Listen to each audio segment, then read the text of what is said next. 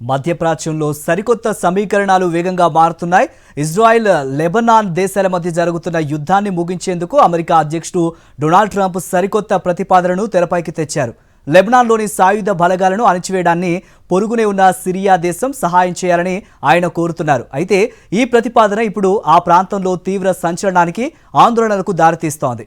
సిరియాలో కొత్తగా అధికారంలోకి వచ్చిన ప్రభుత్వం అమెరికాకు మిత్రదేశంగా మారినప్పటికీ పక్క దేశాల వ్యవహారాల్లో జోక్యం చేసుకోవడానికి ఏమాత్రమూ సిద్ధంగా లేమని స్పష్టం చేస్తోంది. ఈ వ్యూహాత్మక పరిణామాలపై సాక్షి ప్రత్యేక కథనం ఇప్పుడు చూద్దాం. సిరియాలో దశాబ్దాల పాటు సాగిన బషర్ అల్ అసద్ పాలన కూలిపోయిన తర్వాత అక్కడ సరికొత్త రాజకీయ మార్పులు చోటు చేసుకున్నాయి. కొత్తగా ఏర్పడిన అహ్మద్ అల్ షారా ప్రభుత్వం అమెరికాతో చేతులు కలిపింది. గతంలో అసద్ ప్రభుత్వం ఇరాన్తో పాటు లెబనాన్లోని సాయుధ బలగాలకు ఆయుధాలు సరఫరా చేయడానికి ప్రధాన మార్గంగా ఉండేది.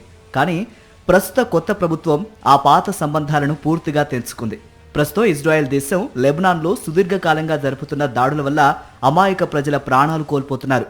ఈ యుద్ధాన్ని ఆపడానికి సిరియా సైన్యం రంగంలోకి దిగాలని అమెరికా భావిస్తోంది. సిరియా కొత్త ప్రభుత్వానికి సాయుధ బలగాలపై ఉన్న పాత పగను వాడుకొని వారిని దెబ్బతీయాలని అమెరికా యోచిస్తోంది. కానీ ఈ ప్రతిపాదన లెబనాన్ ప్రజల్లో పాత చేదు జ్ఞాపకాలను గుర్తు చేస్తోంది. గతంలో సిరియా సైన్యం దాదాపు 30 ఏళ్ల పాటు లెబనాన్ దేశాన్ని తన ఆధీనంలో ఉంచుకుంది. ఆ సమయంలో జరిగిన మానవ హక్కుల ఉల్లంఘనలు అక్కడి ప్రజలు ఇంకా మర్చిపోలేదు. ఇప్పుడు మళ్లీ సిరియా సైన్యం తమ దేశంలోకి వస్తే తమ సార్వభౌమాధికారానికి ముప్పు వస్తుందని వారు భయపడుతున్నారు. మరోవైపు సిరియా ప్రభుత్వం కూడా ఈ యుద్ధంలో భాగస్వామి కావడానికి ఏమాత్రమూ ఇష్టపడడం లేదు. సుదీర్ఘకాలం పాటు సాగిన అంతర్యుద్ధం వల్ల సిరియా ఆర్థికంగా, సామాజికంగా పూర్తిగా దెబ్బతింది.